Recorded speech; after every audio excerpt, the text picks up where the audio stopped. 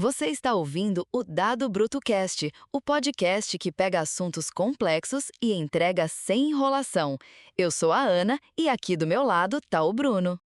Fala galera! E olha, hoje a gente vai falar de um assunto que toda semana aparece no seu feed, na sua timeline, no grupo da família no WhatsApp, alguém mandando a IA vai roubar seu emprego, ou então não, isso é histeria, relaxa. E a gente vai tentar ir além desse papo binário, porque a realidade é bem mais interessante do que esse debate raso que tá rolando por aí. E olha, eu preciso ser honesta. Quando o ChatGPT explodiu lá em 2022, 2023, eu fiquei com aquele frio na barriga, sabe?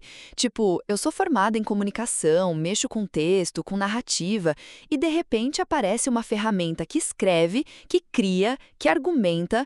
Eu fiquei, peraí, e agora? Cara, e essa reação é super válida, tá? Não é paranoia, não é frescura. Mas pensa comigo, essa mesma sensação, esse mesmo frio na barriga, o pessoal sentiu quando surgiu a calculadora. Os matemáticos de plantão ficaram em pânico. Quando veio o GPS, os taxistas que tinham um mapa da cidade inteira na cabeça achavam que eram os melhores do mundo, e de repente uma pessoa comum com o Waze passava na frente deles em qualquer rota. Tecnologia sempre gerou esse desconforto. Pera, essa do taxista é boa demais. Porque antigamente em Londres eu li sobre isso. Decorar um mapa da cidade inteira era literalmente um diferencial competitivo absurdo. Era um treinamento de anos.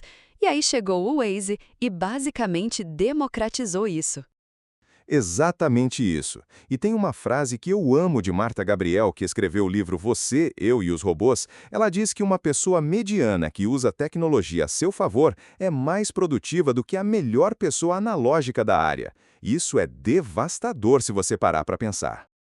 Nossa, isso me pegou. Tipo, não é sobre ser o melhor humano, é sobre ser um humano que sabe usar as ferramentas certas. Isso. E aí a gente chega no ponto central. A pergunta não é: a IA vai substituir empregos? A pergunta certa é: quais habilidades ainda são insubstituíveis e como a gente usa a IA para potencializar o que a gente já tem? São perguntas completamente diferentes. Mas, Bruno, olha, eu não posso fingir que não está acontecendo nada, né? Porque tem dados concretos. Designer gráfico, redator, programador júnior, analista de dados, essas profissões já estão sentindo na pele. Tenho amigos que trabalham com essas áreas e o mercado está diferente. Sim, e seria desonesto da minha parte ficar falando não, não vai mudar nada, fica tranquilo, vai mudar, já está mudando. Um redator júnior que fazia 5 peças por dia, uma IA generativa como o Claude ou o ChatGPT faz 50. Um designer que levava 3 horas numa composição básica, o Midjourney e o Firefly da Adobe entregam variações em minutos. Isso é real. Agora, e aí é onde a análise fica mais fina. O que muda não é necessariamente a existência dessas profissões, mas o que o profissional precisa fazer dentro delas. Como assim? Fala mais. Peraí, deixa eu explicar com um exemplo concreto. Um redator hoje que usa IA no workflow dele, ele não fica digitando do zero. Ele está fazendo curadoria, editando, dando direção criativa, entendendo o que ressoa emocionalmente com o público. A IA executa o mecânico, o humano faz o estratégico, o sensível, o que requer julgamento. Aí você tem um redator que produz 10 vezes mais com a mesma qualidade. Cara, isso é tipo, a IA vira o seu estagiário super eficiente que nunca reclama e trabalha de madrugada. Exatamente. E não pede aumento. Mas olha, tem um ponto que eu acho que a galera subestima muito nessa conversa, que é o que é criatividade no contexto da IA? Porque a IA generativa é incrível em recombinar padrões existentes. Ela foi treinada no que já foi feito. Ela é o melhor remix da história da humanidade. Espera, que definição boa é essa? O melhor remix da história da humanidade. E como eu ia dizendo, ela não origina. Ela não tem experiência vivida, não tem dor, não tem alegria. Ela não teve uma infância no subúrbio, não perdeu ninguém que amava, não se emocionou num show. Então, quando você pede para ela criar algo com perspectiva genuinamente única, com ponto de vista humano, com vulnerabilidade real, Ela vai entregar algo que parece, mas não é. Falta aquela coisa que você sente quando lê e fala: esse cara tá falando de mim. Cara, isso é louco, porque é exatamente o que diferencia um conteúdo que viraliza de um conteúdo que a pessoa só passa o dedo. Essa coisa de ressonância emocional mesmo. E tem outro ponto: o cérebro humano foi construído para esquecer. Isso parece um bug, mas é uma feature incrível. A gente filtra o irrelevante e foca no que importa. Já a IA processa 50 mil dados sem piscar. São inteligências complementares, não competidoras. Tem um exemplo que eu acho fascinante, que é o da cirurgia robótica. Porque você pensa em robô fazendo cirurgia cardíaca e dá um frio na barriga, né? Mas aí você entende que o robô faz movimentos 5 vezes menores do que a mão humana consegue fazer, tipo micromovimentos de precisão absurda.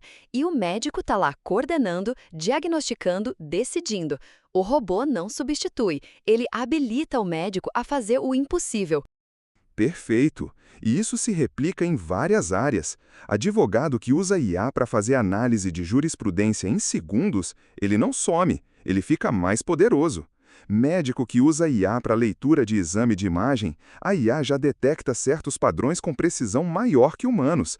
Mas quem senta com o paciente, quem entende o contexto de vida, quem toma a decisão com responsabilidade ética, é o médico. Olha só que interessante. Mas, Bruno, eu preciso fazer a pergunta que o pessoal em casa está pensando. E quem não conseguir se adaptar? Porque a gente está falando de um pessoal que tem acesso, que tem formação, que consegue aprender a usar essas ferramentas. Mas e quem está num trabalho muito mais mecânico, repetitivo? Essa galera tá ferrada. Essa é a pergunta mais honesta dessa conversa, e eu não vou fingir que tem uma resposta fácil. Porque sim, trabalho mecânico, repetitivo, previsível, esse é o trabalho que a automação absorve mais rápido. Sempre foi assim, desde a Revolução Industrial. O que é diferente agora é a velocidade. E aí entra um debate que vai muito além da tecnologia. É um debate de política pública, de educação, de requalificação profissional. Não dá para jogar isso só no colo do indivíduo. Isso. E eu acho que o que a gente pode trazer de prático para quem está ouvindo é o que você faz hoje que uma IA poderia fazer no seu lugar. Não para entrar em pânico, mas para se perguntar o que eu tenho que desenvolver além disso. Perfeito. E as respostas geralmente caem em alguns pilares: pensamento crítico, capacidade de fazer as perguntas certas, porque a IA responde bem, mas quem formula a pergunta certa é o humano. Inteligência emocional, liderança e essa coisa de navegar a ambiguidade. A vida é bagunçada, tem contradição, tem nuance. A IA lida mal com isso. O humano que desenvolve essas habilidades não compete com a máquina, ele dirige a máquina. Cara, eu acho que o grande takeaway desse episódio para mim é: para de tentar vencer a IA na corrida dela e começa a correr na corrida que só você pode correr. Não acredito nisso. Você resumiu em uma frase o que eu levei 15 minutos explicando. É exatamente isso, Ana.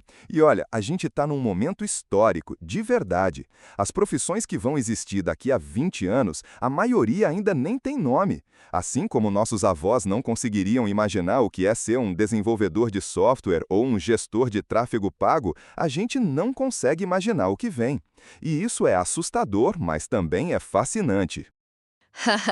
É isso mesmo. E no fim das contas, a tecnologia sempre foi sobre amplificar o que é humano, né? Isso foi Dado BrutoCast. Até o próximo episódio. Isso foi Dado BrutoCast. Até o próximo episódio. E você que está ouvindo, quero muito saber, você já usa IA no seu trabalho? Tem medo? Tem empolgação? As duas coisas ao mesmo tempo? Deixa nos comentários, responde lá nas nossas redes, porque esse papo não termina aqui, termina quando a gente ouve vocês também. A gente se vê no próximo.